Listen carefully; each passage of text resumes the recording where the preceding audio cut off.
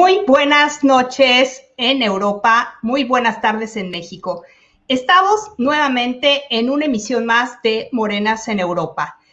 Esta tarde, que es una tarde muy especial porque en esta fecha se conmemoran, se recuerdan los 6 años de la desaparición de los 43 estudiantes de Ayotzinapa. Vamos a hablar de ese hecho, pero también vamos a hablar de los desaparecidos en México.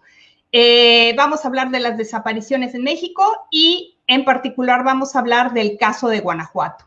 Para eso tenemos hoy un invitado muy especial. Se trata de Fabricio Lorusso. Muchísimas gracias, Fabricio, por haber aceptado esta invitación. Te lo agradezco mucho.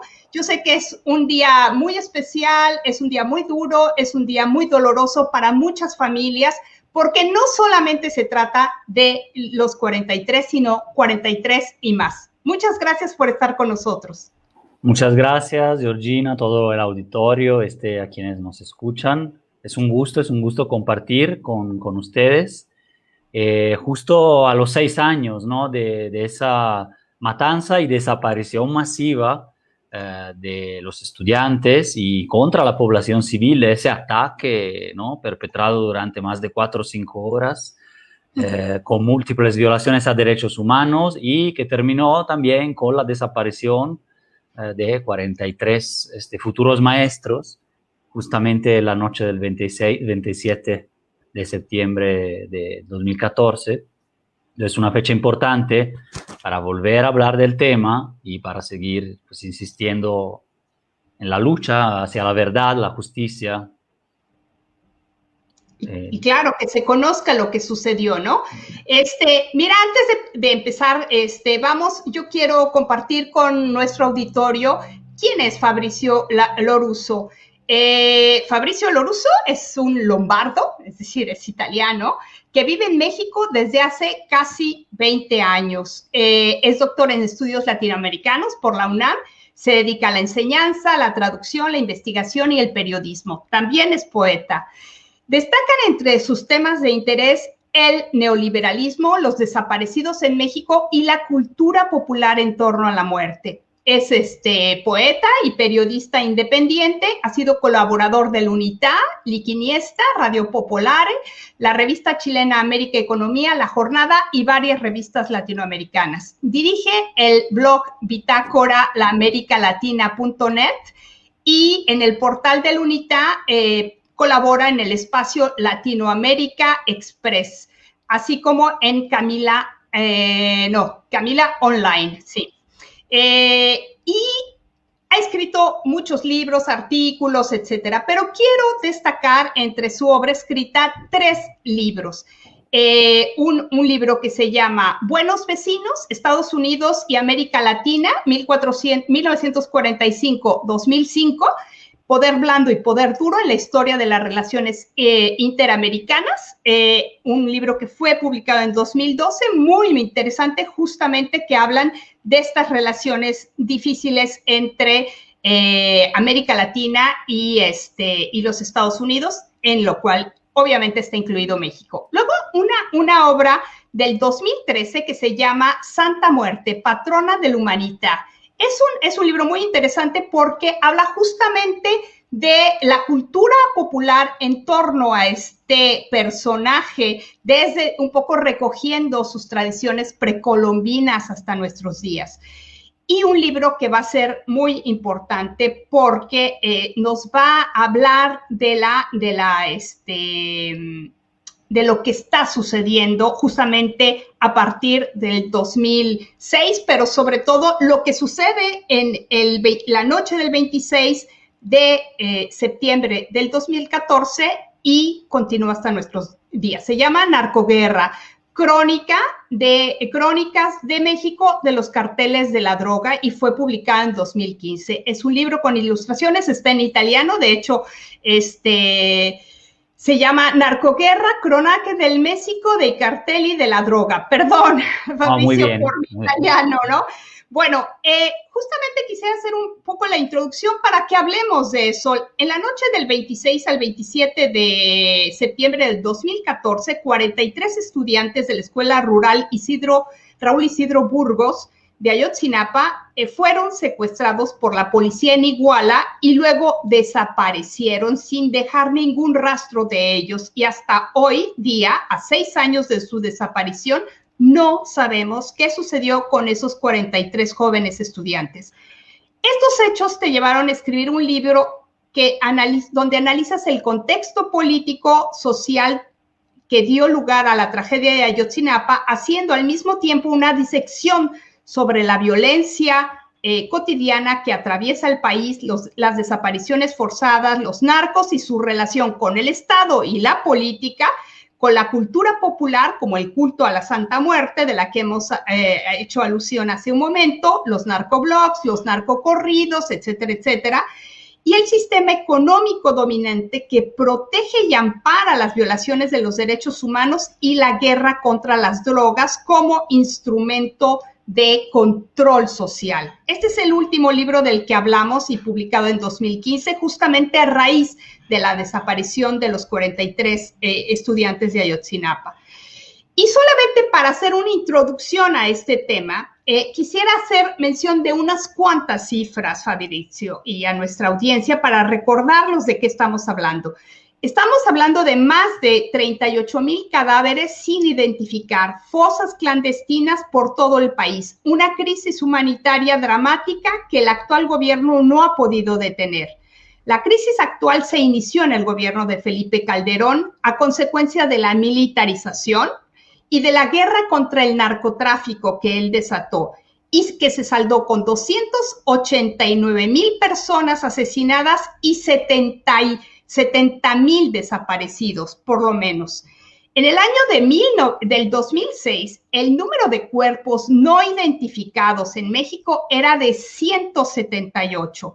Para el 2012, según la información de Quinto Elemento Lab, la cifra ascendía a 2,225, con un total de 9,349 casos acumulados.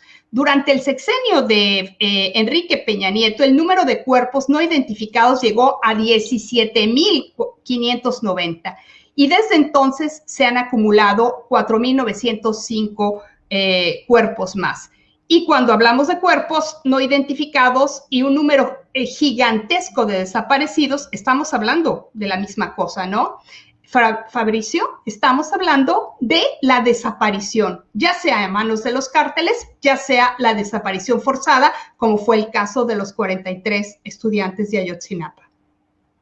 Sí, son cifras como que dramáticas que no teníamos antes y que son complejas de analizar, aunque son muy crudas, ¿no?, y fuertes, hasta visualizarlas.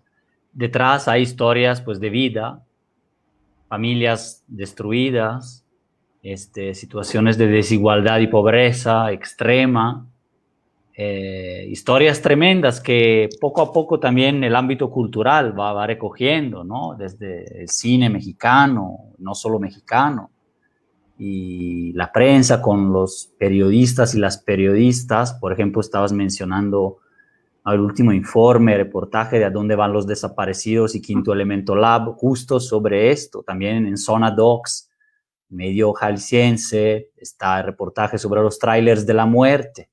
En Pop Lab, medio de Guanajuato, está también el reportaje sobre las fosas clandestinas en el estado de Guanajuato, donde siempre se habían negado. Entonces, como que a nivel nacional, pues ya hay, por ejemplo, más de 3,900 fosas clandestinas corroboradas, ¿no?, reconocidas ahora sí por la autoridad, aunque antes como que ni siquiera se reconocía ese problema. Y más de 75,000 personas desaparecidas ya dentro, digamos, del nuevo sistema de la Comisión Nacional de Búsqueda, que está contabilizando en tiempo real el Registro Nacional de Personas Desaparecidas y No Localizadas. Y más allá de eso, ha habido hitos en toda esta historia para finalmente concienciarnos, entender esta realidad no ha sido tan fácil, ¿no? Y hemos vuelto a vivir una historia que, por ejemplo, países como Colombia o los centroamericanos habían vivido unos años antes, ¿no? Una historia que también está hecha de la relación con Estados Unidos, de un modelo socioeconómico particularmente excluyente y aplicado de una manera muy ortodoxa en estos países. Es decir, modelo socioeconómico, ideológico, neoliberal, sin duda, tiene que ver con una serie de valores, de medidas económicas concretas, de liberalizaciones, desregulaciones, etcétera, que han favorecido, no digo que lo hayan causado de por sí, hay dinámicas más complicadas, pero México, además de lo de Colombia o Centroamérica, además tiene la frontera con Estados Unidos, ¿no? También es un factor muy, muy potente. Y esa globalización que se preconizó como panacea desde los 90 hasta la fecha, en realidad también ha traído una serie de problemáticas por cómo se ha hecho, por cómo ha habido esa integración de México a Norteamérica y al mundo, ¿no?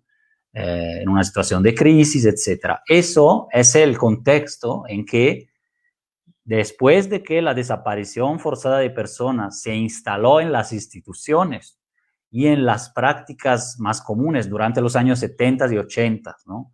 Se instaló como práctica de Estado, parte de un terrorismo de Estado, en la mal llamada guerra sucia, pero digamos en la época le llamamos también de la contrainsurgencia.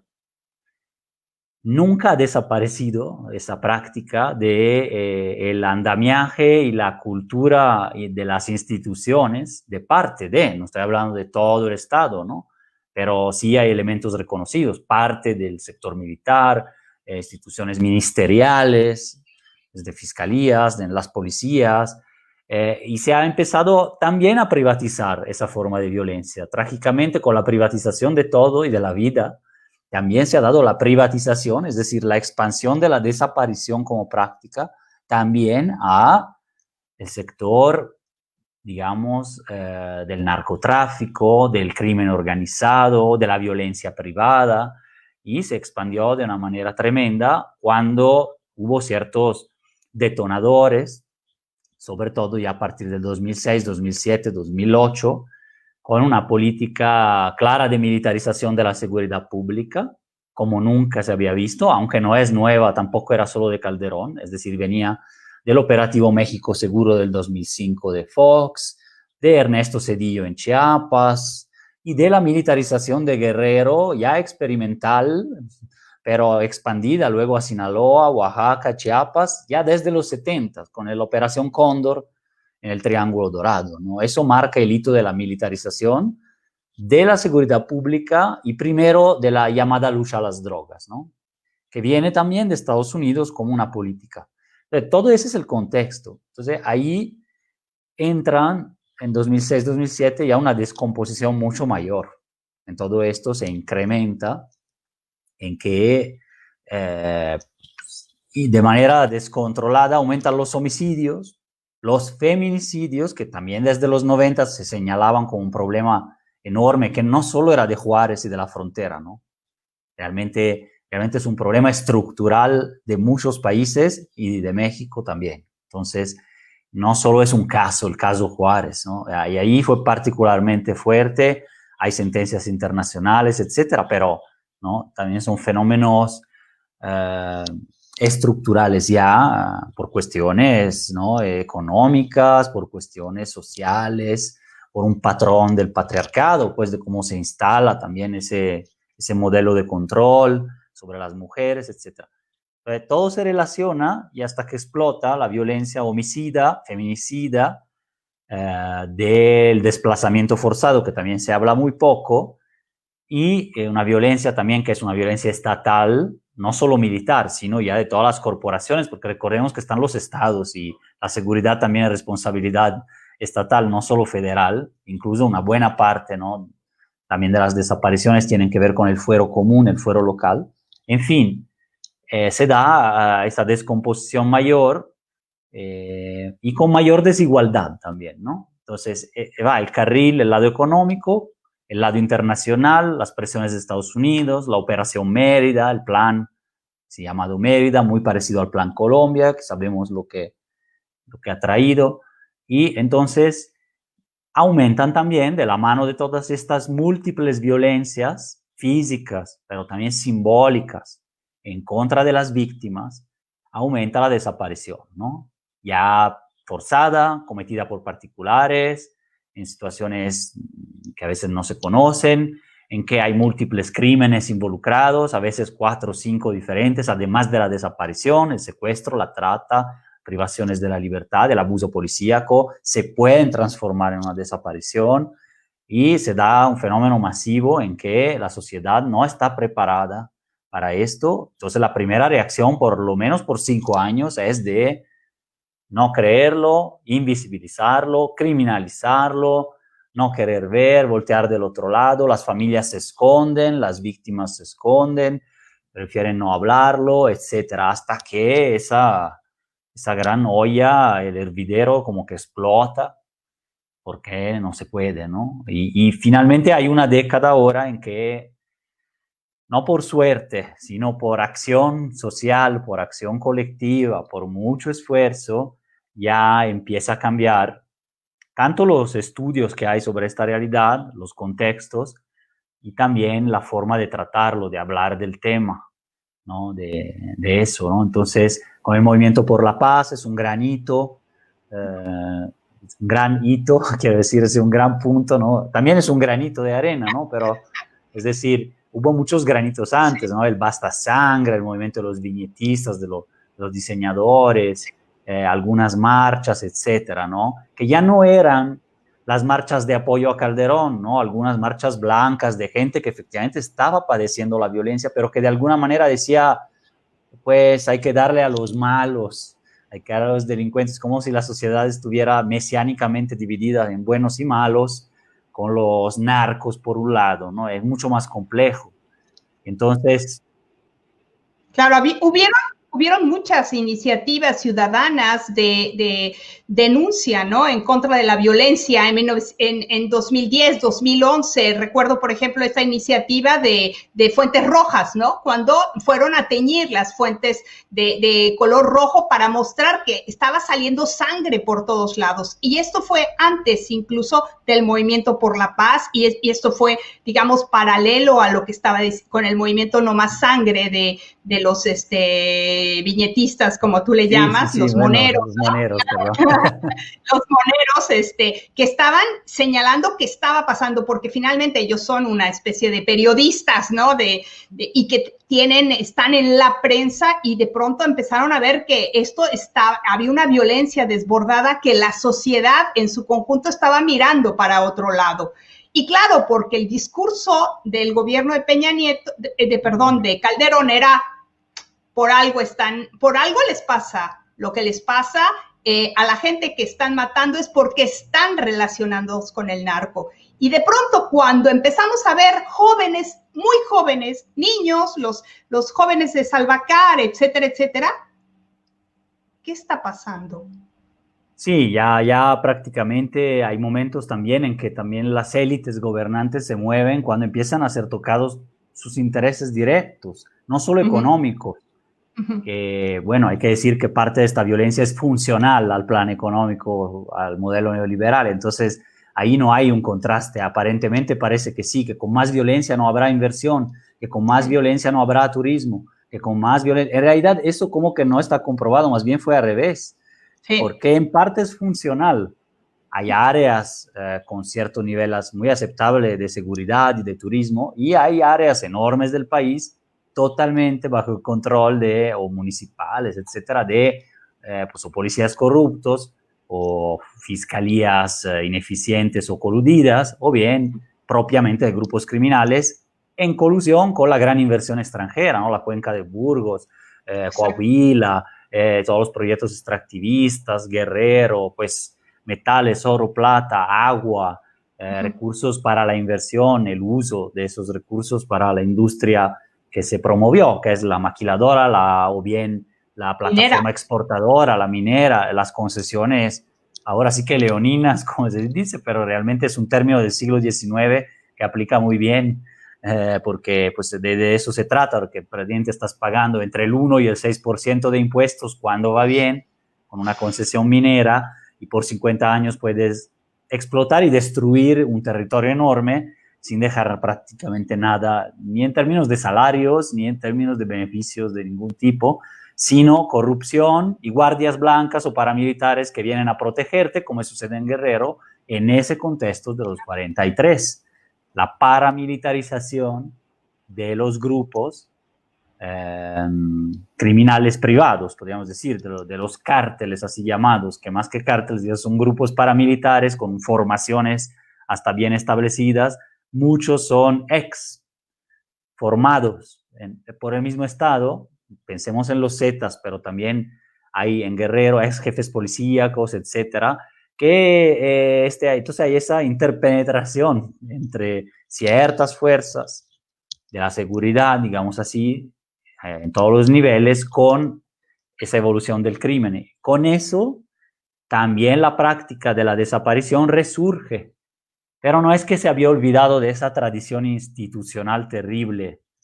De muchas modalidades se parecen, las casas de seguridad, los retenes de la muerte, como les llaman, las desapariciones incluso masivas en ciertos lugares, la presencia de fuerzas que no sabes bien si son policías o delincuentes o una mezcla confusa entre los dos en diferentes contextos, en que entonces eso lo vive mucho Jalisco, ¿no? Con el cártel Jalisco Nueva Generación y otros grupos, en que las policías locales, como pasó en Guerrero en la noche de Iguala, justamente funcionan como casi en la nómina del crimen organizado y viceversa, según el caso, en que pues la gente también se conocen, actúan, protegen incluso parte de la inversión extranjera más conflictiva, reprimen conflictos sociales, pues y de paso, y no tan de paso, sino como estrategia de terror, pero ya privatizada, no necesariamente estatal, la desaparición y la aparición después de que del límite humano que podamos imaginar en esta época, que es la fosa clandestina. Es decir, la contrapartida de todo esto, los asesinatos y sobre todo las desapariciones, es pues este lugar oscuro donde se esconde la verdad, la justicia, por medio de la impunidad, que es la fosa, ¿no? Claro, por supuesto, las fuerzas comunes a donde van a dar todos esos cuerpos de personas desaparecidas y que no pueden ser reconocidas por sus familias porque incluso están en otro estado, ¿no? Y las personas están buscando en los lugares, digamos, normales, que tendría que ser la policía y todo eso. Fabrizio, yo recuerdo muy bien que en esos años surgieron una enorme cantidad en el gobierno, tanto de Fox como de Calderón, se otorgaron concesiones gigantescas a las compañías mineras, en particular canadienses, y ahí en el estado de Guerrero era un lugar que casi se cuadriculó, donde hay vastas reservas de minerales y en particular de oro. Recuerdo que había un proyecto gigantesco que se llamaba Corazón de Tinieblas, una cosa espantosa, ¿no? Y cómo las mineras utilizaron a los sicarios o a organizaciones criminales para limpiar el territorio, para aterrorizar a la población, para que la gente se fuera, se desplazara. Y aquellos que se empezaron a organizar para defender el territorio fueron asesinados y muchos de ellos desaparecidos. Sí, desde luego es más así la dinámica que como nos la han contado, ¿no? Es decir, hay formas de limpieza social, limpieza territorial, casi al estilo de justamente los conflictos armados o las guerras civiles. Pues hay libros muy interesantes que demuestran eso de manera muy clara, por ejemplo, de Jean-Marie Paley, que es Paley, ¿no? Se escribe, que es La guerra neoliberal, que es el último, y el capitalismo antidroga, ¿no? Dos conceptos que también me gusta mucho utilizar.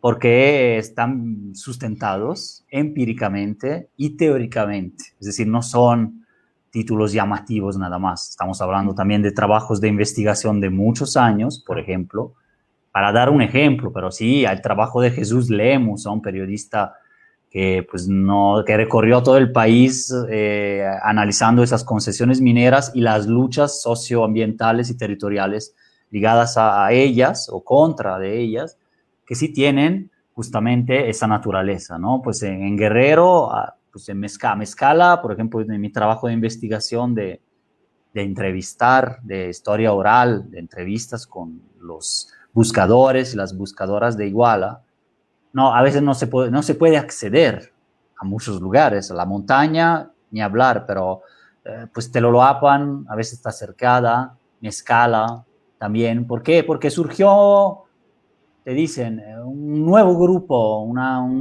de autodefensas, pero de los malos. O sea, porque hay que distinguir, porque sí hay grupos genuinos, claro, de policías comunitarias que son una resistencia social justo a todo esto. O sea, la reacción llega a ser armada, incluso constitucionalmente para Guerrero, por ejemplo, legal. Claro, las crack. Como exacto, y varias más, hasta UPOEG, ¿no? Las decisiones, pero finalmente el gobierno, como las mineras, ha hecho los dos mecanismos, ¿no? La represión y la cooptación. Represión es ese despojo de que hablábamos y eventualmente una limpieza social, un mantenimiento del terror e incluso ya el desplazamiento. Por otro lado, cooptación, negociación, puede ser justamente de ciertos grupos criminales porque finalmente reparten prebendas y dineros, ¿no? Ya sea al presidente municipal, a los ejidatarios que prestan o que intervienen en ese terreno, a las comunidades locales, a ciertos grupos sí se les da, incluso de manera parcialmente legal, pero también hay grupos que están escondidos, que pueden ser comunitarios, si no son comunitarios o no son policías comunitarios, son efectivamente crimen organizado, desde Guerreros Unidos y todos estos que conocemos de ahí, los rojos y las disputas, ¿no? Entonces nunca sabes. Y ahí se arman los retenes de la muerte, se arman las desapariciones masivas, los bloqueos, es decir, toda una serie de mecanismos en la total impunidad. También en la nómina a veces están las policías municipales, los secretarios de seguridad, a veces son exmilitares del 27 Batallón, etcétera, etcétera, etcétera. O sea, hay toda una red que no es de la época de los 43, que viene desde antes, una década, y que explota con casos tremendos de desapariciones forzadas ya en 2010, 2011. Las minas de Tasco repletas de cadáveres son desde 2010. Es la misma área de influencia, o sea, estamos hablando que todo lo que va de Cuernavaca a Acapulco, ¿no? Y las tierras alrededor, y que luego llega a Michoacán por un lado, por Teloloapan, son territorios de disputa que antes eran de un grupo criminal conocido, ¿no? Como los Beltrán Leiva o el Pacífico Sur, que se descompone, etcétera, pero no lo reduciría a la dinámica criminal, ¿no? Sino que es la dinámica económica, la dinámica social, siendo uno de los 4 estados más pobres de la República permanentemente, prácticamente, y la dinámica caciquil, que se transforma, ya se moderniza a estos grupos paramilitares, se moderniza con las inversiones extranjeras. Ahí es prácticamente, Guerrero tiene una economía de enclave, como se hablaba también en historia del desarrollo, ¿no? O sea, tiene una economía minera de enclave, creo que tiene 70-80% de la exportación de Guerrero es esa, y que no deja casi nada, ¿no? Es decir, hay otras economías, pero la exportación en sí, la mayoría es minera, es como de ser una economía petrolera, pongamos así, pero no nacional ni siquiera, y ni siquiera con dinámicas redistributivas que podrían entrar. En algunos casos no digo que se elimine del todo la minería, pero por ahora ha acarreado simplemente destrucción. Entonces ahí los 43, como en otros estados sucede, pues llegan a partir de ese contexto, ¿no? Con, claro, toda la historia que tiene, que es la desaparición forzada desde los años 60 y 70. Entonces, sí, claro. La represión. lucha de Lucio Cabañas, ¿no? De qué manera reprimían y desaparecían a las personas, estos vuelos de la muerte donde tiraban a los cadáveres en el mar. Eso es el contexto, ¿no? Yo recuerdo que a finales del 2011 en el Movimiento por la Paz se hablaba muchísimo de esta lucha de Calderón que no tenía ninguna estrategia. Y por primera vez yo escuché en los labios de Laura Carstens, que es una analista sobre todos estos fenómenos, que decía, por supuesto, esa es la estrategia, sembrar el terror, sembrar el miedo entre la población, crear un caos, esa es la estrategia. Entonces, lo que tú nos estás diciendo aquí es justamente como en esas facciones, ¿no? Y al mismo tiempo, Fabricio, al haber descabezado a los principales cárteles, a los principales jefes de plaza de los cárteles de la droga, por ejemplo, recuerdo a uno de los hermanos Beltrán Leiva, que fue asesinado en Cuernavaca, ¿no? Y que eso lo que provoca es una dispersión del crimen organizado, una multiplicación de los grupos y de donde surgen los rojos, los unidos, los guerreros unidos, etcétera, etcétera. Sí, eso, bueno, era un momento en que se estaba dando mucho ese fenómeno de pegarle al avispero, esas metáforas, ¿no? Del efecto cucaracha y etcétera, que sí es una parte de la realidad, una parte, no hay que olvidar que de estas relaciones violentas, sociales, estaba arraigada, ¿no? Dentro de las mismas instituciones, consideremos al García Luna, a Palomino, Cárdenas Palomino y todos estos protagonistas de una página tremenda, oscura, desde el caso Cassés hasta las complicidades con el cártel de Sinaloa, entre otros, y ese tipo de política que, bueno, caracterizó bastante, y junto con eso iba la política del miedo, ¿no? Se habla de este concepto que acuñó Mbembe, el filósofo de Camerún, que es la necropolítica, es una política de dar la muerte.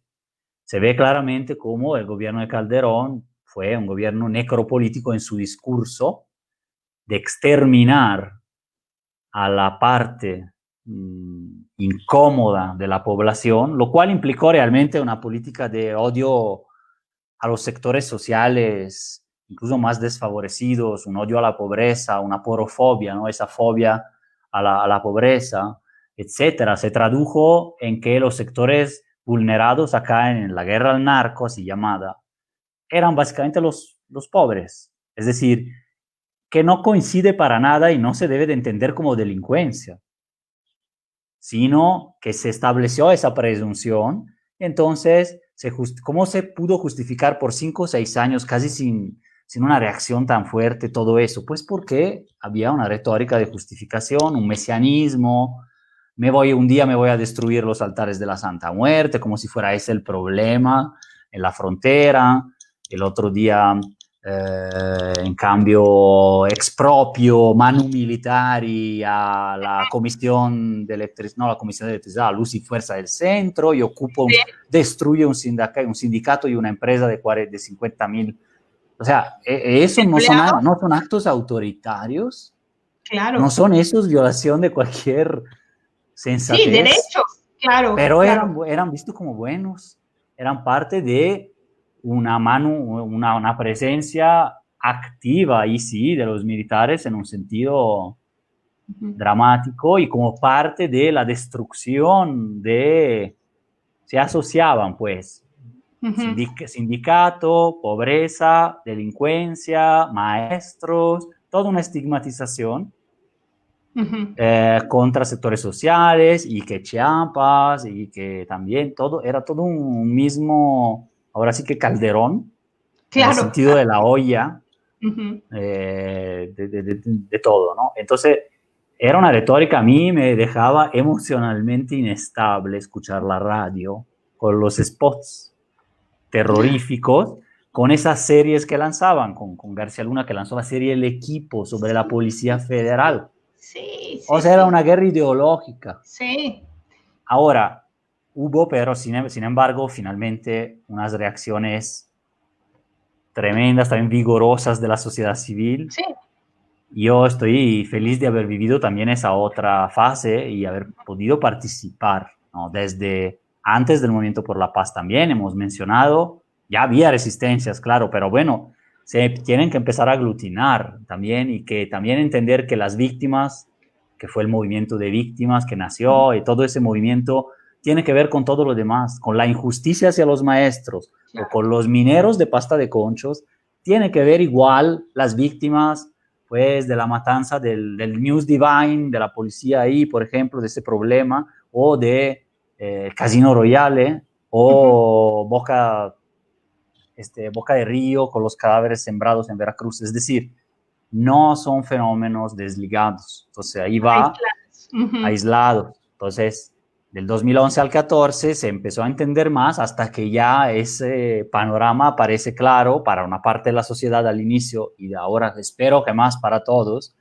en 2014 con lo de Ayotzinapa, ¿no? O sea, la conjunción de Ujú. muchísimos elementos. Ahí tienes prácticamente todo. Yo creo que por eso también fue un caso tan sonado, no solo porque, claro, las historias de vida desgarradoras de las familias y de los mismos muchachos, por ser una desaparición masiva, estamos de acuerdo, es gravísimo, pero ha habido otras que Bueno, no salieron tanto, claro, masacres y desapariciones masivas. Los migrantes sí, en Tamaulipas, en San Fernando, son dos sí. matanzas. Las Eh, matanzas de 300 familias en Allende, y que esa, Diego esa es Osorno, esa es tremenda, tremenda y que aún no bueno, sí se sabe ya muchísimo a partir de los trabajos periodísticos de Diego Osorno, pero no se ha sabido en qué han terminado los responsables de esa masacre, porque fue pero una verdadera masacre. y en esa, sí, esa es una cuestión. Ahí es donde hablamos San Fernando, Allende y varias más que ahorita no todas me las recuerdo, ya sea desapariciones masivas y masacres que configuran dentro, si fuera declarado un conflicto armado interno, son crímenes de lesa humanidad para el derecho internacional. Ahora, así como estamos, es difícil sostenerlo jurídicamente, pero se dice porque tienen casi todos los requisitos trágicos de que sean así. Ayotzinapa también y varias más, aquí en Guanajuato, para aterrizarlo pues, a la Uh tierra en -huh. que estamos. Sí. No se ha hablado mucho, pero ha habido una desaparición masiva de más de 20 muchachos de un anexo Uh y -huh. una matanza de 26, esto recién, en el verano. Pero esa fue la matanza, pero 6 meses antes hubo la desaparición masiva de más de 20 de otro anexo. Y eso nos suscitó, siendo muchachos que son colocados ahí, a veces si el anexo es irregular, puede que tenga tanto que ver con crimen organizado, que son cuerpos en disputa por grupos criminales con cierto nivel de aquiescencia de las autoridades locales, cuando menos. Claro. Si hay presencia de autoridades, pero pues los vecinos conocen lo que pasa y la autoridad no, parece, ¿no? Claro, y los Entonces, vecinos están aterrorizados y entonces no dicen nada, se esconden, se quedan en sus casas, hacen lo que pueden, sí, pero la pero autoridad tiene conocimiento de muchos casos, como sucedía en Juárez, pero no interviene. claro. Y sobre todo la más local, la que más conoce el territorio, y entonces suceden estas desapariciones masivas, y es una forma también de enorme desigualdad y trágica, ¿no? En que ahí están los muchachos, pues, quizás más pobres, o que fueron incluso secuestrados por el crimen y colocados ahí, etcétera, etcétera. No todos los anexos, no criminalicemos todos los anexos, que tienen una Sí. función social, pero pues sí existe este fenómeno. Claro, Básicamente porque desaparecen 25 y no pasó nada. Claro, porque además no el Estado o el gobierno municipal y estatal no se preocupa por regularizar esos anexos para ver cuál es el tipo de trabajo que se está haciendo para sacar a estos jóvenes de la situación en la que se encuentran, ¿no? De dependencia hacia las drogas, que no necesariamente los hace digamos, miembros del crimen organizado. Al contrario, son otras víctimas más. Sin embargo, por ejemplo, también un poco haciendo un paréntesis para, antes de pasar plenamente a lo que está sucediendo en Guanajuato, cuando sucedió lo de los 43 estudiantes de Ayotzinapa, en los siguientes meses, lo que también observamos, Fabricio, fue la prensa tradicional que se volcó repitiendo el mismo discurso del gobierno de Enrique Peña Nieto. La prensa tradicional, y vemos a los mismos periodistas que ahorita están, digamos, están en la sellette, como dicen en francés, que están ahí en la pasarela, que se les está señalando como quienes recibieron dádivas del Estado, justamente ellos vamos a ver que van a repetir el discurso que se está fabricando dentro del gobierno. Justamente hoy se hace la presentación de un adendum de Mirar Morir de Temoris Greco, donde justamente hace alusión y hace un análisis de eso, cómo la prensa abonó en favor de la versión del propio gobierno con la historia de el basurero de Cocula y el río de San Juan, donde supuestamente se fueron los restos de los jóvenes. Sí, no, me acuerdo muy bien y son procesos parecidos a cualquier otra situación análoga, desde la APO de Oaxaca del 2006, por ejemplo, hasta pasando por las matanzas de Nocistrán, etcétera, ¿no? En que pues te llega totalmente otra versión. Yo llegué a León en 2016 y fui el primer día de una vuelta en la plaza principal y estaban pues compañeras con un pequeño plantón de Ayotzinapa. Bueno, es nada más temporal, de 3 horas para informar. Y cada domingo se ponían allá, son los únicos, poquitas personas. Pues no había tanta movilización por eso aquí. Sí había grupos, claro, pero no era tan masivo como en la Ciudad de México. Y justamente una mamá le dice al hijo, es que los desaparecieron por revoltosos. El hijo les preguntó, oye, ¿qué les pasó? El hijo empatizaba mucho, veía estas caras de ellos y conmovedoras, y pues los chavos y el otro señor pues que estaba ahí hablando del caso, y le pregunta inocentemente, porque como que qué hicieron, o que la mamá le contesta así, bueno, eso es el discurso hegemónico filtrado ya dentro de una persona que a lo mejor no se informó mucho, pero que finalmente es lo que llega a León, es eso. El Milenio León, es lo que leen todos, o periódicos locales, y ya no había radio de la Ciudad de México, del sur, no hay rasgos, no hay señas de eso, ¿no? Entonces, ahora cambió un poco, pero finalmente no había una pluralidad de medios tradicionales. Ya, claro, con el Internet, pero también hay de todo, ¿no? Con el control de las redes, nunca sabes de qué lado, de qué te están contando, pero digamos, seguramente hay más pluralidad. Hasta esa fecha, y yo digo que hasta hace un año, también aquí, como pasaba en otros estados antes, que aquí estamos con un retraso de una década, ¿no? En todo, como estar aquí en el pleno de la época de Calderón. O sea, es revivir los discursos y las dinámicas de esa época, pero con una rapidez distinta y finalmente con una sociedad que despertó muchísimo, me parece, y se activó mucho. Pero antes de llegar a Guanajuato, recién, pues ahí yo me acuerdo muy bien qué tanta lucha de reinformar o desinformar respecto de lo principal que llegaba y lo hegemónico respecto de los 43 también en Italia, ¿no? No, que eran también de el clásico, eran de un cártel rival. Eso lo dicen para justificar ejecuciones extrajudiciales de autoridades armadas estatales o federales, o de todo tipo, con esa tasa de letalidad que tienen las fuerzas de seguridad de México. No me puedes hablar de puros enfrentamientos nada más. Hay tipos de ejecuciones. Bueno, es ok, ya no era, pero bueno, pero sí se la buscaron porque hicieron algo ilegal. O sea, tú me estás... Estaban metidos en algo, Sí, ¿no? o metidos en algo como más grave, o simplemente no, pues hay quien dice que por el hecho de robarse un camión te pueden desaparecer. Una práctica además consolidada en Guerrero de los movimientos, o sea, sin conocer el contexto, una cosa de movimientos sociales que se lleva hace 50 años y que se lleva de manera pacífica y que no implica prácticamente ningún daño ni para las compañías, en un contexto en que las personas no se pueden desplazar y hasta hay un derecho al transporte, si lo queremos ver así ahora exagerándolo. Es decir, hay situaciones que exigen ciertas acciones, pero bueno, ahí sin querer justificar todo, en fin, era una estigmatización total.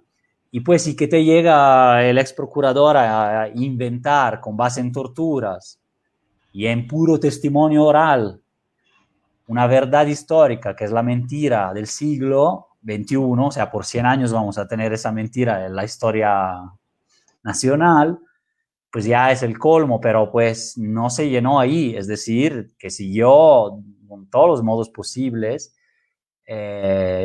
Y bueno, ahora ya vemos que tanto no, quien ya leía la realidad o conocía la situación o hablaba con los testigos como John Gibler, que escribió la historia oral de la infamia, o los periodistas, Anabel Hernández, etcétera, que ya empezaron a hablar y cuando luego llegó el GIEI ya no había excusa. Habiendo escuchado los testimonios directos o las entrevistas que daba Omar García y otros, y todavía estar ahí como que buscándole demasiado la duda y buscándole la culpa por ser víctimas de quizás la más grande represión, ¿no? De los últimos años, cuando menos, o de la historia, pues ya era paradójico. Pero tú llegas y todavía, años después, por eso, aún con dolor, recordar y ojalá después sea un recuerdo que asuma un tinte positivo en algún momento con el tema de la verdad, de la justicia, la no reparación. Pero por ahora todavía es la exigencia de y la aparición con vida, pero por eso es el motivo de que cada mes hubo una acción global de los familiares, ¿no? Incansables. Y cada año, por lo menos, la sociedad mexicana tiene que interrogarse. Se hacen en la universidad sesiones especiales, se tiene que hacer una clase como maestros, suspender programas, dar una clase sobre las violencias, sobre qué es la desaparición y cómo fue y por qué fue. Ya hay materiales de video, ¿no? De Forensic Architecture, de cualquier otro medio periodístico, están documentales. Acá también en Guanajuato, el paso de la tortuga, ¿no? De Enrique Mesa, también fue muy importante, junto con Mirar Morir y varios más. Sí, Eso, claro. bueno, el consejo es para esta jornada y todo el mes de septiembre, sí, ok, mes patrio, pero también ahorita llegamos al final de este mes con la tarea de estar sensibilizando del tema, por lo menos como maestros, es algo que se podría hacer, ¿no? Claro, claro. Y sobre todo como que volver a hablar de la historia, porque resulta que al cabo de 6 años mucha gente ya no sabe tampoco lo que pasó. Fue muy vivo el recuerdo y lo que estaba sucediendo en los primeros 2, 3 años y por supuesto que los padres de familia y todas las personas allegadas al movimiento de Ayotzinapa han seguido en ese sentido, pero sí se tiene que seguir hablando mientras no se pueda tener algo de verdad y de justicia de lo que sucedió esa noche en Iguala. ¿Y ahora qué está sucediendo en Guanajuato, Fabrizio? Porque la cuestión en Guanajuato está tremendamente difícil. Ahora resulta que Guanajuato, que era una de las zonas como que estaba muy tranquila en 2011, 12, 13, bueno, que no se oía gran cosa, porque en realidad no sabemos hasta dónde estaba tranquilo y hasta dónde estaba escondido. Ahora es uno de los epicentros de la violencia en México. Guanajuato, Jalisco, Tamaulipas, el norte de Veracruz desde luego hasta Guerrero tiene menos brotes de violencia que lo que está teniendo el Bajío y en particular Guanajuato. Sí, igual, muchos factores complejos, es decir, entrelazados, pero se empiezan a desentrelazar, a desentrañar como un poco más. Hay varios, ¿no? Pues, te hago como lo que yo he podido ver también como pues, análisis desde acá, hablando mucho con periodistas y con familias de personas desaparecidas, es lo que más aprendes, ¿no? Más que leer solamente el periódico, las notas. Hay analistas, ¿no? También David Saucedo da muchos panoramas de la dinámica puramente criminal.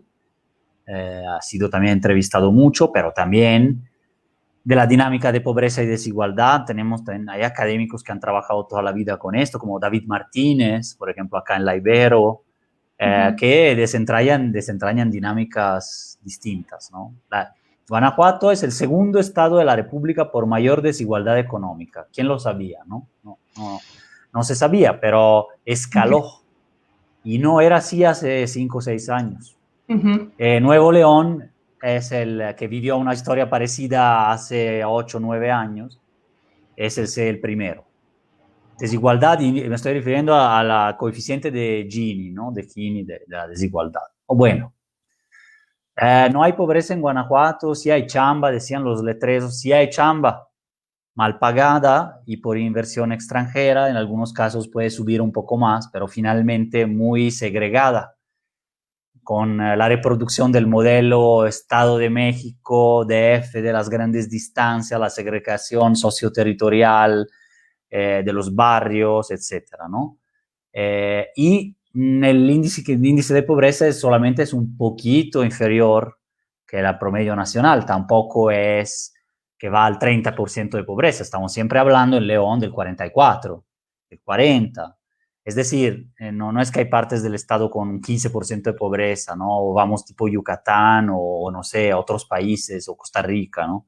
No hay eso, en realidad. Hay un dinamismo, eso sí, un gran crecimiento del PIB, que no es desarrollo, que ya lo sabemos, pero sin duda genera un dinamismo económico, un movimiento económico grande que también es aprovechado por la economía criminal. Claro. También hubo un patrón de militarización de seguridad en aumento. Los gobernadores como que en parte se lavaron las manos, incluyendo la fiscalía, y hubo pues desde mandos únicos, programas escudos, y hay muchas cámaras en todos lados y una visión muy típica de la seguridad, muy tradicional, ¿no? Y con mayores contingentes militares también, que entran a dinámicas locales como siempre, de una manera difícil, cuando menos, ¿no? Luego, hay una dinámica criminal, como decía, sin duda también es parte de estos factores, o sea, un ingreso de grupos criminales desde Jalisco y Michoacán, Jalisco Nueva Generación, contra grupos más locales que también tenían alianzas o un pacto, de alguna manera parece, con Sinaloa o con grupos criminales de Sinaloa. Por ejemplo, la ciudad de León Santuario es un mito realidad ya de hace más de una década. De hecho, detuvieron a varios traficantes de otros estados aquí. Entonces, grupos locales de León y otras partes, como el de Santa Rosa de Lima, que fueron dejados con sus negocios, en especial el negocio del siglo, podemos decir, del huachicolo, de robo de combustible, que permitió el crecimiento de algunas familias ligadas a delincuencia, a crimen organizado, enriquecido de una manera tremenda por lo de la refinería de Salamanca y la extracción de combustible, hasta transformarse desde, creo que ya es 2015, cuando ya sacan sus videos como un grupo, prácticamente un grupo armado de decenas y centenares de personas, retando al otro grupo emergente que en 2015 tumbó un helicóptero durante las elecciones, etcétera, que era Jalisco Nueva Generación. Entonces tenemos Santa Rosa de Lima, ya empoderado como desde un grupo simple, podríamos decir así, local, a un grupo fuertemente armado y en disputa que multiplica esas dinámicas en los barrios, en las colonias populares, pero ya también en los centros de las ciudades y en los lugares donde ya nadie está a salvo, ¿no? La clase media, la clase medio alta, los secuestros incluso de medianos empresarios, etcétera, y pues matanzas que son balaceras que alcanzan a todos, alcanzan estudiantes de la Ibero, como es el caso de Nadia el 8 de marzo, 7-8 de marzo, y que por el cual no hay justicia, ¿no? Por ejemplo, y muchos más. Entonces, suben los homicidios tremendamente en 2016. Hay una curiosidad ahí. Nunca pararon de crecer desde el 2007, pero eran tan bajos, efectivamente, eran la mitad del promedio nacional, o sea, eran 4 por 100.000 habitantes y el promedio era 8, que era bueno, era un promedio bueno hasta 2007. O sea, se acercaba casi que a Estados Unidos, que es un país violento, pero no tanto como América Latina. Era un intermedio, ¿no? Bueno, explotó a nivel nacional, se triplicó y ahí sí siguió y bajó un poco en 2011 hasta el 14. A nivel nacional en Guanajuato no. Siguió subiendo hasta que por 2016 ya emparejaba el promedio nacional, que no es nada halagador de todos modos, ni a la fecha, pero lo emparejó y lo rebasó, hasta que ahora es entre 2 y 3 veces el promedio nacional en tasa per cápita. Es decir, siguió creciendo, se dejó, de alguna manera, yo digo así, no se vio venir o se vio venir y no se actuó, o varios factores federales, estatales, superó hasta que ahora está hace 3 años en los primeros lugares por número absoluto del país y muy alta tasa también por 100.000. Entonces, homicidios, feminicidios, consecuencia. Ahora hay un movimiento que lo señala, un movimiento feminista y también contra la violencia de género mucho más boyante que antes, por suerte. Y entonces no pasa tampoco desapercibido y la violencia no ha pasado desapercibida como antes. Protestas de estudiantes del TEC de Celaya, 10.000 personas, nunca visto en Guanajuato, o sea, en Guanajuato no hay protestas. Hay la Guadalupana el 12 de diciembre, que sí, tal vez hay 10.000 personas, y hay marchas blancas al estilo de esas que hablábamos del inicio de la época de Calderón, de repente contra algo abstracto, contra la violencia, contra algún tema, pero en general aquí hay muchas marchas antigubernamentales, también bastante nutridas, hay que señalar, hay ese movimiento, pero digamos, sobre estos temas ya las víctimas están empezando a ir a las calles, como se hizo en el resto del país.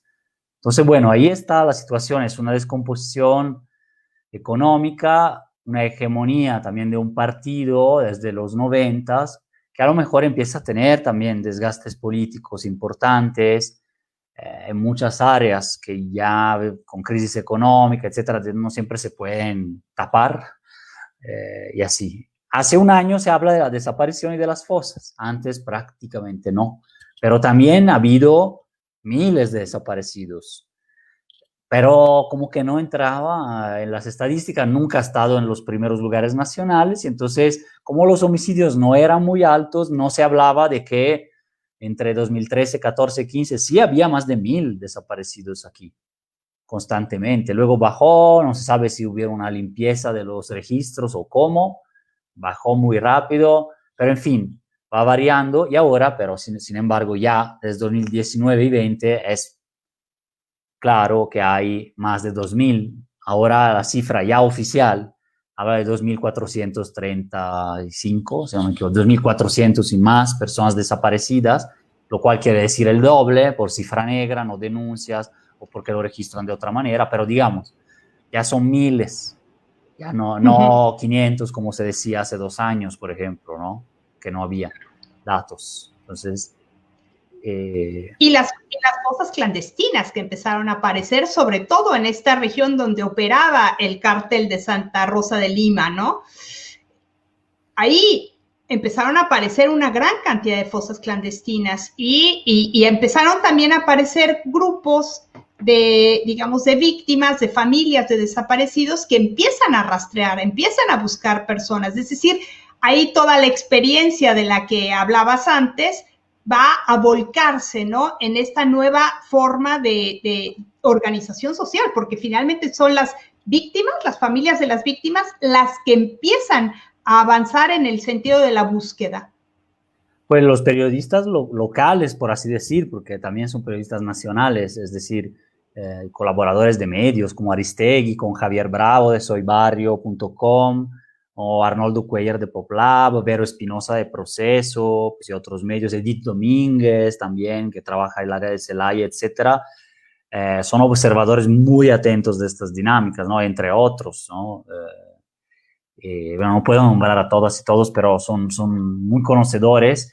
cada vez más de grupitos pequeños se ha generado una sensibilidad en los medios y en la agenda política, y gracias también a los colectivos y a cierto periodismo minoritario, pero cada vez más, que coloca historias de vida, historias de la desaparición, datos más pues de la unidad de transparencia, datos más puros, más opiniones también de académicos, militantes, etcétera. Cada vez mejor, yo diría, ese panorama del periodismo ha colocado esos temas junto con la lucha social. Y ellos todos hablan de una u otra forma de una energía social en Guanajuato que va explotando. El año pasado hubo, además de la marcha del TEC de Celaya por el asesinato de dos personas, de dos estudiantes, que recuerda mucho lo de Monterrey, ¿no? Del caso del TEC de Monterrey, de los dos estudiantes de maestría, por ejemplo. El movimiento de mujeres, el movimiento feminista, en general, en muchas de sus aristas, ha tenido probablemente el 8 de marzo la marcha más grande, o menos de las últimas décadas o de siempre, yo creo, en León. El movimiento de la colmena de la UG, de la Universidad de Guanajuato, ocupó la universidad, algo casi, ¿cómo decir? Inaudito en Guanajuato, sobre todo, ¿no? Y nació un movimiento de familiares de desaparecidos, también bastante inaudito, porque sí había el colectivo Justicia y Esperanza de San Luis de la Paz, nace a raíz de en 2011, pero es de San Luis de la Paz y como nunca fue recibido además por los gobernadores de aquí, se vincula más al fuero federal, a la Fundación para la Justicia y el Estado Democrático de Derecho, etcétera. Entonces, más a nivel nacional, desde su caso de 22 migrantes desaparecidos en su ruta hacia Estados Unidos, guanajuatense estamos hablando. El caso de los cazadores de León, son 8 familias, también desaparición forzada por policías de Zacatecas, del 2010. También tienen vinculación en un primer momento con el Victoria 10, con el Movimiento por la Paz. Conocieron también, gracias a otros movimientos, Amnistía Guanajuato, etcétera, también a los papás de Ayotzinapa, pero tampoco articularon un movimiento de víctimas más global, ¿no? Sino que se vinculan a lo que sucede en sus estados vecinos o en México, ¿no? Porque luego aquí no había nada más, o nada más del todo, no, estoy minimizando, pero sí hay muchas realidades, pero más pequeñas y que no articulan a nivel estatal, ¿no? En este sentido.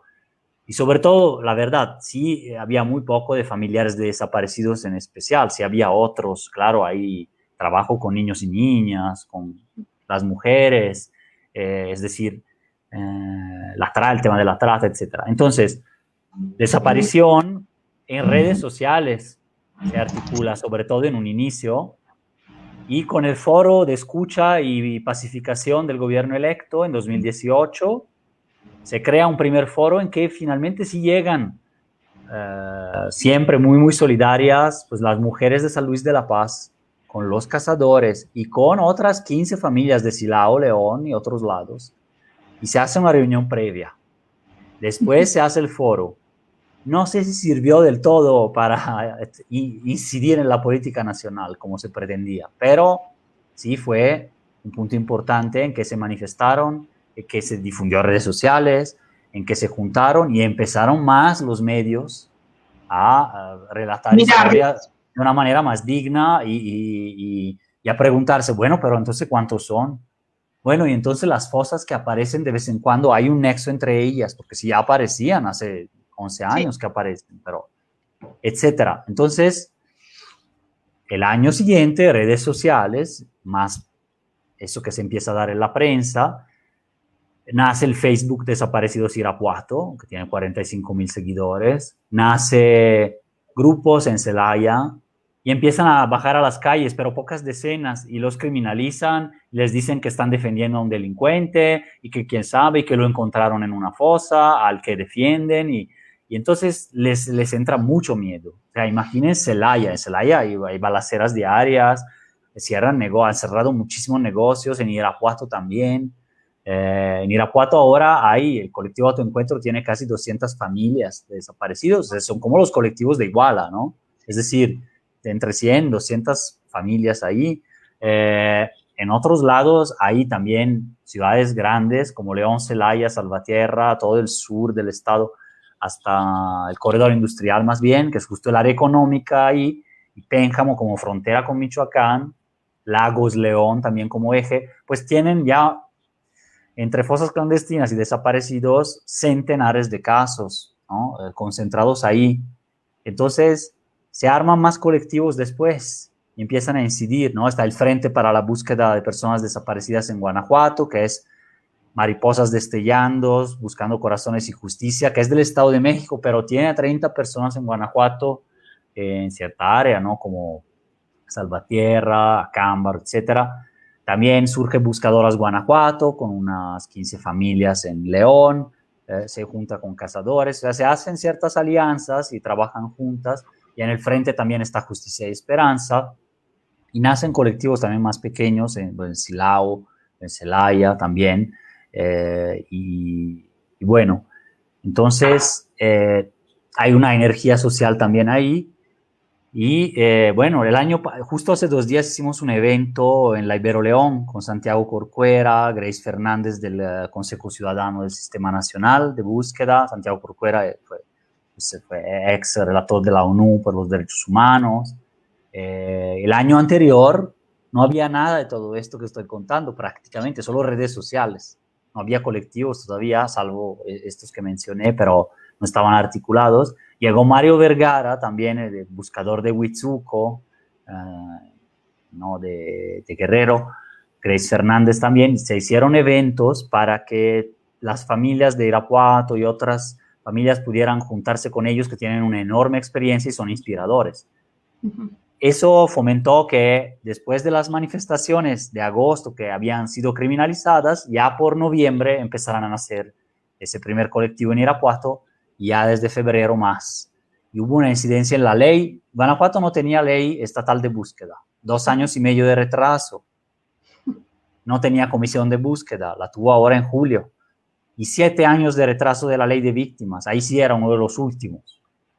Bueno, ahora se aprobaron y si bien no participaron del todo las familias como querían, que era un parlamento abierto y un proceso más largo con tiempo para incidir realmente como lo mandata la ley general, aún así hubo cierta incidencia y al menos las leyes están aprobadas, un poco por las malas, como en términos de participación de las familias, también de sociedad civil, pero pues sí hubo un primer proceso. Aquí todo el aprendizaje que se dio en la Ciudad de México, en Veracruz, en Guerrero, en Coahuila, antes del Movimiento por la Paz, incluso con Fundem, Fundec, y en Nuevo León con las mesas de trabajo de Fundem Nuevo León. Aquí no ha existido nada de todo esto. Entonces, pues no hay ese aprendizaje institucional para con los derechos humanos.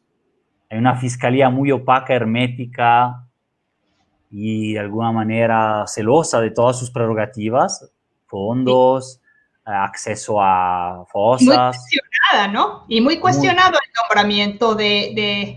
Sí, 18 años va a estar en el cargo, es un fiscal carnal también, en el sentido de como que con ese pase automático y pérdida de autonomía se constituye como, en análisis político, como un contrapoder. Claro. O un poder fuerte como es el poder ejecutivo, de alguna manera. ¿No? Y entonces la pérdida de recursos y de poder de decisión a favor de la sociedad civil es una alarma para las instituciones ejecutivas y de procuración de justicia. Uh-huh. Y ahí me parece que hay una incidencia muy importante de instituciones, digamos, civiles, como puede ser la Universidad Iberoamericana, que está sirviendo también de articulador de muchas de estas voces que se están empezando, digamos, ha sido puente la Universidad Iberoamericana, sus programas, la sensibilidad social que tiene para esta problemática concreta de desaparición de personas, de fosas clandestinas, de violencia generalizada en un estado tan tradicional, tan conservador. Sí, en el cual sí, coincido con el diagnóstico, pero y sin embargo, en el cual sí hay esa energía social que necesita articularse.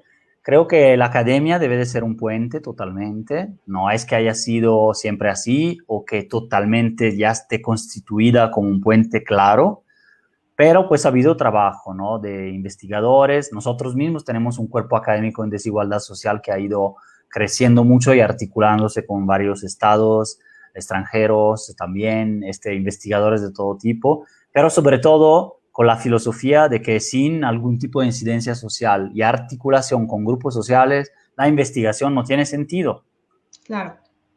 Y entonces se hacen trabajos desde con los jornaleros agrícolas, pues, algunos proyectos del mismo David Martínez, de Pedro, nuestro compañero también, y Damián, y otras investigaciones sobre violencia de género, ¿no? Con pues, Lupita Fernández, bueno, varios investigadores de la Ibero León se conectan mucho con la sociedad, ¿no? Diría que sí, sobre todo desde las ciencias sociales, pero no solo, ¿no? Uh-huh. Entonces, está eso, pero en el tema de la desaparición, como que no había mucho, hemos empezado a trabajar, ahora existen, sin embargo, yo digo que el tema se colocó más y puede interactuar mucho más con la sociedad y sí apoyar. Hago algunos ejemplos, ¿no? Por ejemplo, bueno, se está creando, no desde la Ibero, sin embargo, por ejemplo, con investigadores que también trabajan ahí, como Raimundo Sandoval, una plataforma para la paz y la justicia sobre el tema de víctimas en Guanajuato. Se está articulando alianzas del Programa en Derechos Humanos, del ULU Control, con otros programas de las Hermanas Mayores, de las Iberos, Puebla, DF y otras universidades sobre este tema también. Y finalmente, por ejemplo, salió, además de artículos, así, salió un informe que con la hermana mayor, igual lo digo, de la Ciudad de México, el Programa en Derechos Humanos Ibero-México, la Ibero León, el Departamento de Ciencias Sociales y Humanidades en que trabajo, y Data Cívica, más el apoyo del artículo 19, la Comisión Mexicana, Defensa y Promoción de Derechos Humanos y los colectivos de Guanajuato, que es muy importante, pues se formuló este informe de fosas clandestinas que pueden encontrar, buscan fosas clandestinas Guanajuato, Data Cívica o Ibero León, ahí se encuentran, ¿no?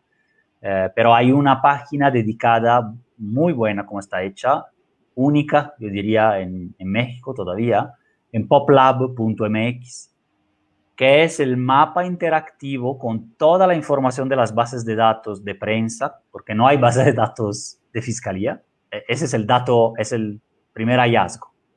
Increíble. No hay registro de fosas clandestinas y se niega que existan, aunque se han nombrado, se ha dicho, etcétera, pero se niega la existencia. Entonces, eso es una. Y la otra es que se da este hallazgo, se mapea y se hace un mapa interactivo para quien quiera investigar. Y por otro lado, puede servir a la recién creada comisión de búsqueda estatal, que está empezando a moverse bastante en el estado, con búsqueda en vida, pero también búsqueda en fosas. Y por los colectivos que pueden como que visualizar, trazar y coincidir o no con sus puntos, o sea, digamos, analizar sus propios puntos que tienen de búsqueda y localizarlo con base ya en un contexto geográfico histórico. Porque en ese lugar, por ejemplo, ayer fueron colectivo de Irapuato a tu encuentro, pero no es solo de Irapuato, digamos. Ese colectivo fue en un punto que tenían, donde habían hecho un reconocimiento, creo que es la presa del Conejo por Irapuato, se encontraron 8 fosas ayer. La primera vez que un colectivo encuentra 8 fosas como tal, señaladas, etcétera. Ya hubo una disputa con Fiscalía, por ejemplo, sobre el tema, porque normalmente lo que hace Fiscalía es no señalar a nadie y no respetar la ley de víctimas y la ley de desaparición, que sí dice que, al menos en los casos en que es posible, debe haber cierta coadyuvancia. No es que todo lo hacen las familias, que es ilegal hasta cierto punto, pero también es ilegal no tener Permitir. ciertos mecanismos de consulta y no permitir el acceso, cuando menos a representantes o a partes de las familias o de los colectivos. en algún momento, dependiendo del lugar, claro, ¿no? Pero en general tiende a operar, porque yo, digo, hemos estado leyendo más de 110 notas de prensa sobre todas las fosas de los últimos 11 años, y casi todas son solo fiscalía y en la secrecía total, y nunca se tiene después un seguimiento de qué pasó ahí, a quiénes localizaron, quiénes fueron o cómo es, no hay registro, ni público ni particular se ha cerrado, pero entonces también no había registro de desaparecidos, o sea, los datos eran del 2018, lo demás son datos opacos que obtienes por transparencia y tienes que hacer cálculos muy complicados para llegar a cifras que no son declaradas oficialmente. De eso se quejó Carla Quintana, comisionada de búsqueda nacional, 2 veces diciendo que Guanajuato no entregaba los datos. Enero 2020, julio 2020 con Alejandro Encinas, y ahora parece que en agosto de este año, con 2 años y medio después, ya se están entregando y ya están circulando los datos que mencioné, 2.400 personas. Las fosas estamos atrás en el sentido de que no hay, ¿no? Entonces, esa investigación conjunta muestra en el mapa de PopLab, pero sobre todo en las bases de datos y en el informe propiamente dicho, la opacidad general, 1. 2, un modelo predictivo que estima municipios en donde podría haber, según un modelo sofisticado que tiene Data Cívica y otras, donde podría haber más, y la presencia de 109 fosas clandestinas, registradas en prensa, pero en su mayoría corroboradas por mucho cruce de información, que no han sido catalogadas en un registro en 29 municipios de 46 del 2009 a julio de 2020. En agosto hubo otras 2, estamos a 111 y ahora hay una que tiene entre 8 y 9 fosas. Estamos a 120 fosas en 11 años. Nos habla pues de una cosa de que hay un hallazgo al mes, más los otros hallazgos superficiales que no son propiamente fosas, etc. No hay una definición, no se quiso incluir en la ley, aunque desde ONU Derechos Humanos, Cruz Roja, investigaciones, Ibero, grupos sociales, colectivos de familiares, se habían hecho varias propuestas para incluirla en las definiciones. No son cosas vinculantes las definiciones de la ley, pero le dan un valor. Ahora, ojalá, y se incluya en el reglamento, cuando menos, de la Comisión de Búsqueda Local.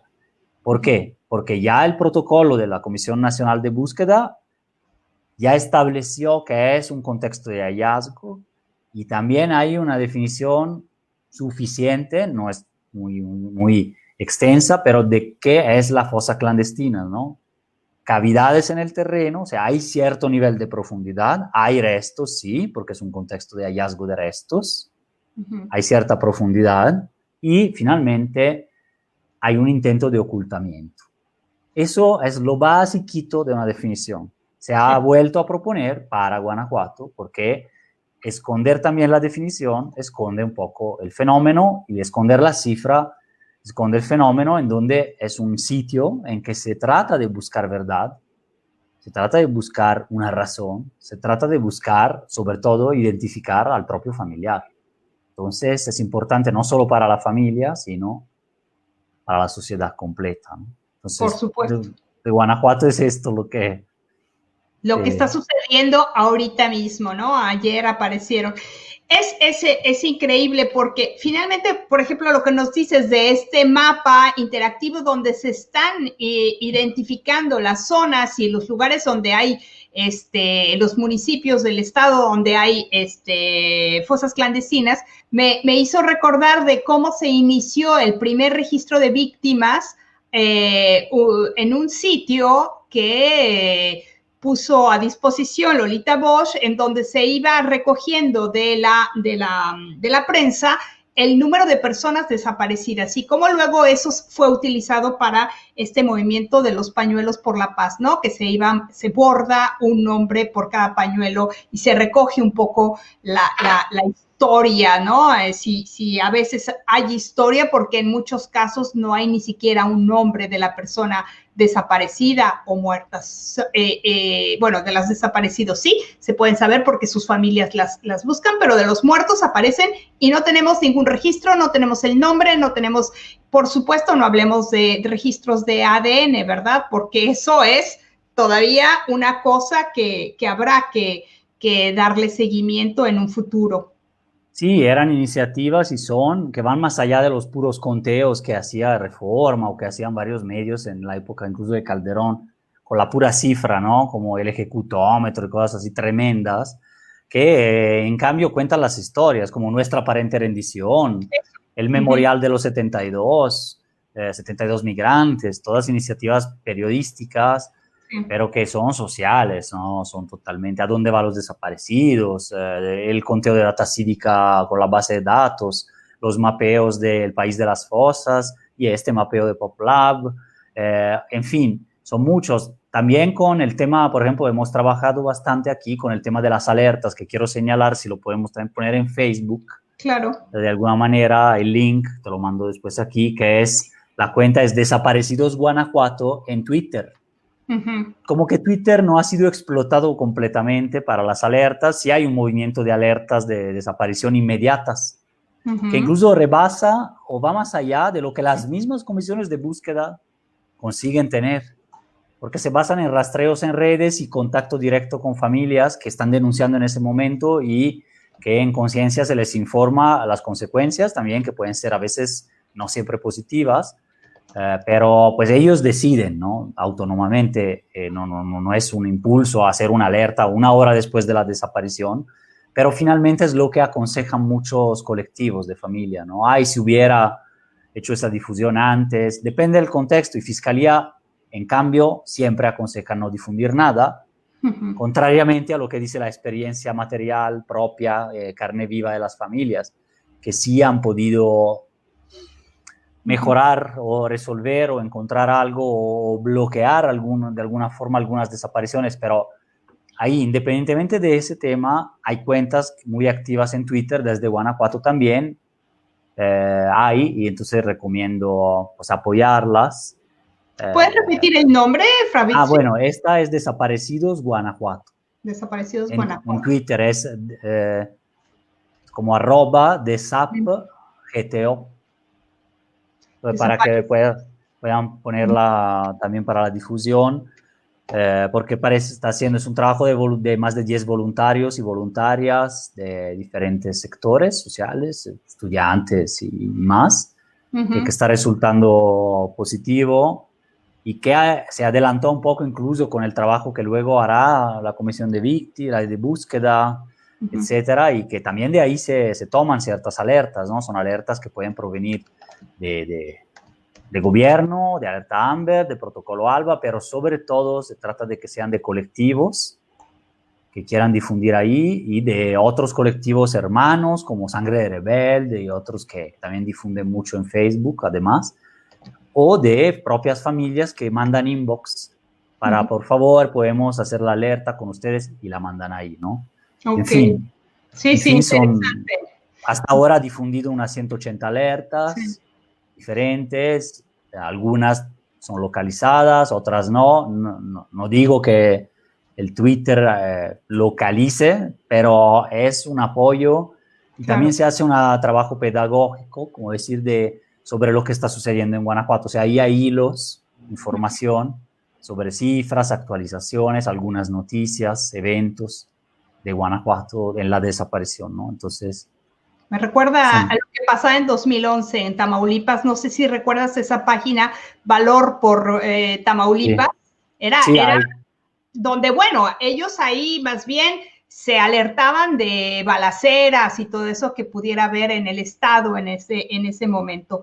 Pero bueno, como las redes sociales también han influido y han sido un auxiliar para este tipo de organización, ¿no? Para alertar, para tratar de ayudarse o ayudarse entre víctimas y la sociedad.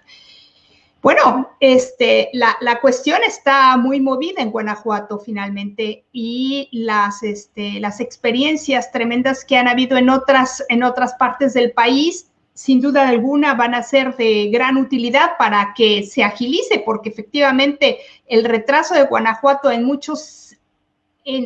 situaciones de las instituciones es evidente, ¿no? Es patente. Y es difícil con un gobierno del signo que tiene que eso pueda caminar rápidamente. Recordemos que en Chihuahua justamente empieza la violencia contra las mujeres con un gobierno panista, o bueno, empieza a ser algo tan masivo bajo el signo de un gobierno panista. ¿Qué es lo que más le interesaría a los grupos de víctimas de parte de la sociedad en su conjunto como formas de solidaridad, de apoyo, de ayuda? ¿Qué es lo que sería más importante que todos y cada uno de nosotros pudiéramos hacer? Bueno, no solo desde lo local, sino desde lo nacional, pues acercarse a los colectivos, por ejemplo, de víctimas en general, y a las organizaciones de derechos humanos, que en Guanajuato no son muchas, pero están las libres, ¿no? Con los temas también en general de género, pero digamos, han apoyado todo tipo de movimiento y también, por ejemplo, sobre el tema de los acosos, ¿no? En la Universidad de Guanajuato, ¿no? La violencia sexual. O otras organizaciones, ¿no? Derechos de niñas, niños y adolescentes, está Nima, el León, la Casa de la Mujer, el Victoria 10, también Centro de Derechos Humanos, en fin, el Observatorio Acambarense, si la lista sería larga, Acción Colectiva, ya para cerrar la lista, ¿no? Acción Colectiva Socioambiental, acercarse a esas organizaciones, pero sobre todo diría a los colectivos, ¿no? Ya son al menos 7 en Guanajuato, 8, diferente tipo, tamaño, y todas necesitan ayuda, ¿no?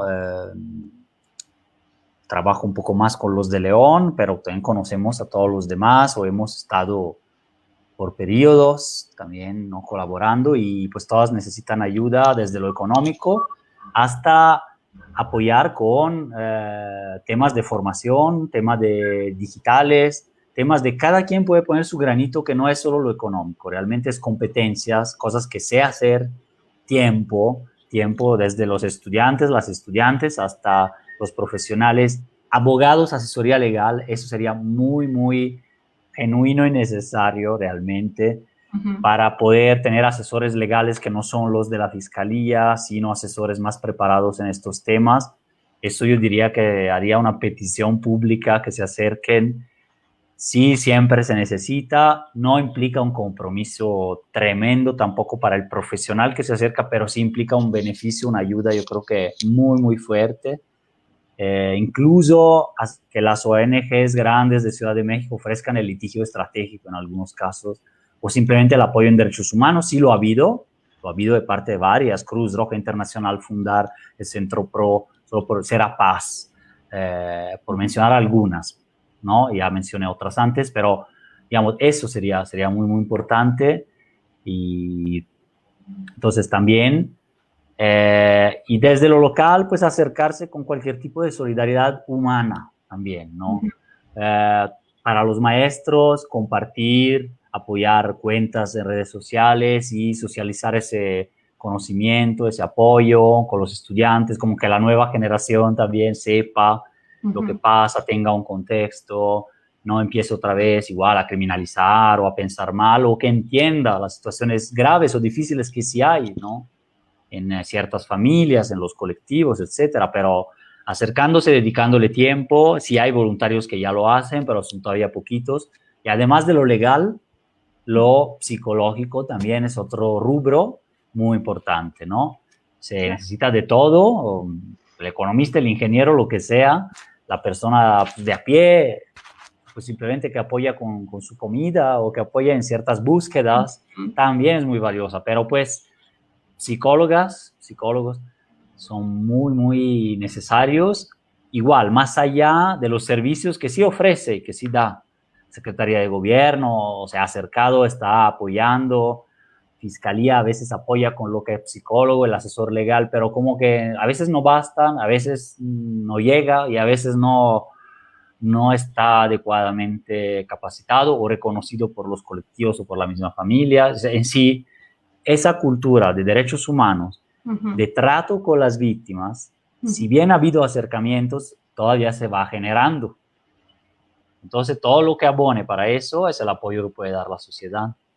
Claro, claro, escuchar, ¿eh? Yo recuerdo haber asistido a una reunión del Movimiento por la Paz, que sería febrero por ahí del 2012, y lo doloroso que era escuchar a los padres, a las madres de víctimas, y de verdad uno un poco en la incapacidad de hacer nada, pero solamente con escucharlos, que ellos necesitan que les escuchen, ¿no? Por supuesto que la ayuda psicológica, la ayuda jurídica, todo eso es muy importante, pero la necesidad de que sus historias se escuchen, de que la gente esté consciente de que es algo que a todos y a cada uno nos puede suceder. Entonces, que todos tenemos que luchar contra la desaparición forzada, la violencia, porque a todos nos puede llegar.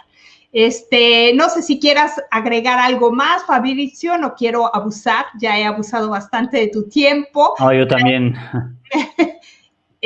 No, al contrario, yo creo que este es un tema muy importante porque ampliamos la ventana de la visión de lo que está sucediendo, de lo que sigue sucediendo en México, que no se trata solamente de una cuestión del gobierno federal, están los gobiernos estatales, los gobiernos municipales, que directamente están implicados en estos problemas. Por supuesto que todos tendemos a mirar hacia el gobierno federal como el único y el más importante responsable, pero tenemos que bajar también hacia otros niveles de gobierno porque son los que están directamente implicados, ¿no?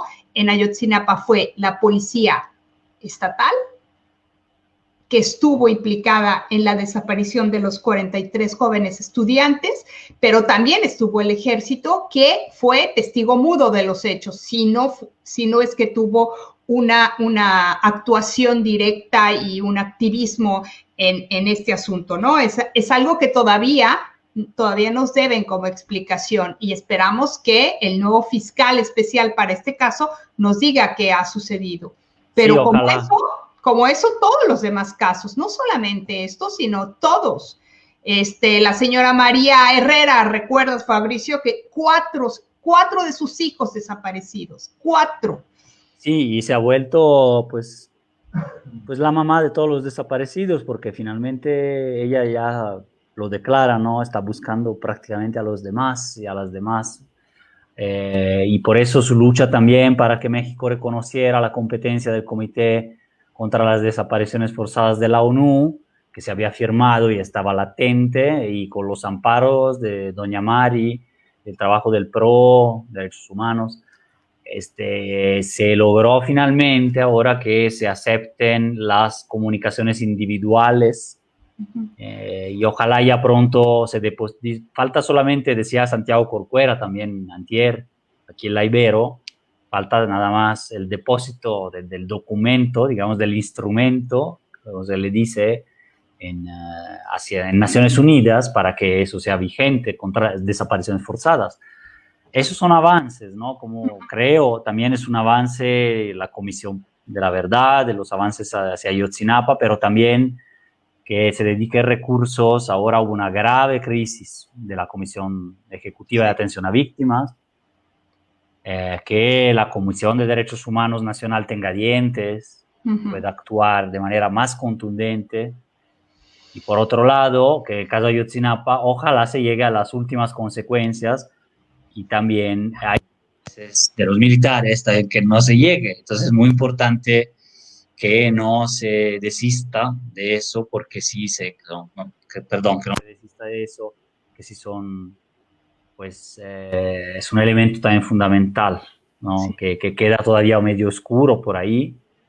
Y bueno, entonces eso como panorama general, y bueno, el auspicio, pues que haya cada vez más participación y que ojalá la academia sea cada vez más sensible. A mí me parece que también es un territorio difícil, No solo hablamos, ¿no?, de las autoridades, no solo hablemos de la sociedad y que no es sensible, pero también hablemos de los académicos, y no solo en temas de desaparición, ¿no?, sino que hay muchas lógicas instaladas en la universidad hoy en día, también en los sistemas de investigadores, el sistema de otorgamiento de beneficios, etcétera, en las privadas como en las públicas, realmente, que tienden a alejar a veces la academia de la realidad, de los hechos, de la investigación de campo, del contacto con grupos sociales y del interés que puede tener esa investigación, como a lo mejor la de las fosas clandestinas, hacia grupos como herramienta, ¿no? Entonces, el auspicio sería eso, un poco como que hacia el mundo social de la universidad, además de la cultura que se va generando, que filtre entre las autoridades también, ¿no? Por supuesto, porque finalmente estos medios académicos pueden servir de puente hacia las autoridades. Son cuerpos intermedios, vamos a hablar hablando así en términos sociales, son cuerpos intermedios que realmente sí pueden tener una incidencia, pero resulta que en esta falsa percepción en donde el académico tiene que mantenerse lejos para mantener la objetividad y que no se convierta en un militante de su objeto de estudio, si acaso es su objeto de estudio, me parece que es un error porque siempre tiene que haber un compromiso social, ¿no? La academia también tiene que ser un compromiso social. Entonces, bueno, sí, de mi parte es nada más agradecerles por todo el tiempo. Tuvimos una charla, bueno, hablé mucho, lo sé, pero muy interesante. Georgina, te agradezco allá desde donde estés, en París.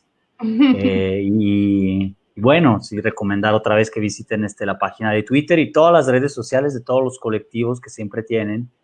Es de ayuda, ¿no? Pues hay Twitter y Facebook de colectivos de Guanajuato, que nombré aquí, no hago toda la lista, pero ahí siempre los reproducimos, pues, en esas cuentas.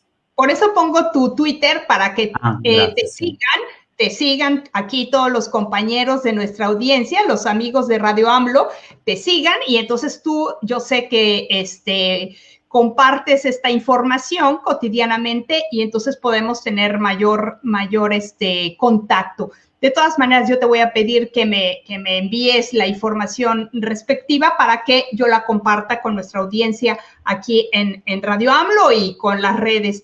Yo te agradezco muchísimo tu tiempo, Fabrizio, porque realmente nos pones al día de lo que está pasando en una parte de nuestro país que ahorita está sufriendo la violencia, la desaparición y todo esto. Sabemos que ha sido un epicentro muy importante de la lucha contra el huachicoleo. También hay problemas sobre el tráfico de personas y todo lo que se deriva de ello. Creo que es muy importante mantener, no cada 26 de septiembre, sino con una cierta regularidad, notificar qué es lo que está sucediendo. También estos medios alternativos como Radio AMLO creo que tienen una labor importante que hacer al respecto. Te agradezco muchísimo, Fabrizio. Estás invitado, esta es tu casa, todas las veces que quieras. Te agradezco mucho tu participación y bueno, aquí tenemos muchos mensajes. Por ejemplo, está del colectivo Buscadoras Guanajuato. Saludos. Alejandra Díaz manda aquí un saludo. Muchísimas gracias. Un saludo, un abrazo también. Muchas gracias por estar aquí con nosotros esta tarde en México, esta noche. Y bueno, ya vamos a dejar a nuestros amigos de Radio AMLO que están en el Distrito Federal para que se unan a la marcha de las 4 de la tarde que se inicia en el Ángel de la Independencia, si no mal recuerdo. Y que va hacia el Zócalo, ¿no? Bueno, pues Fabricio, muchas gracias, estamos en contacto y muchas gracias a todos los que nos han seguido hasta acá. Y claro, nos vemos la próxima semana en una emisión más de Morenas en Europa. Gracias, Fabrizio, y gracias a todos por acompañarnos. Vale, muchas gracias, un abrazo. Igualmente.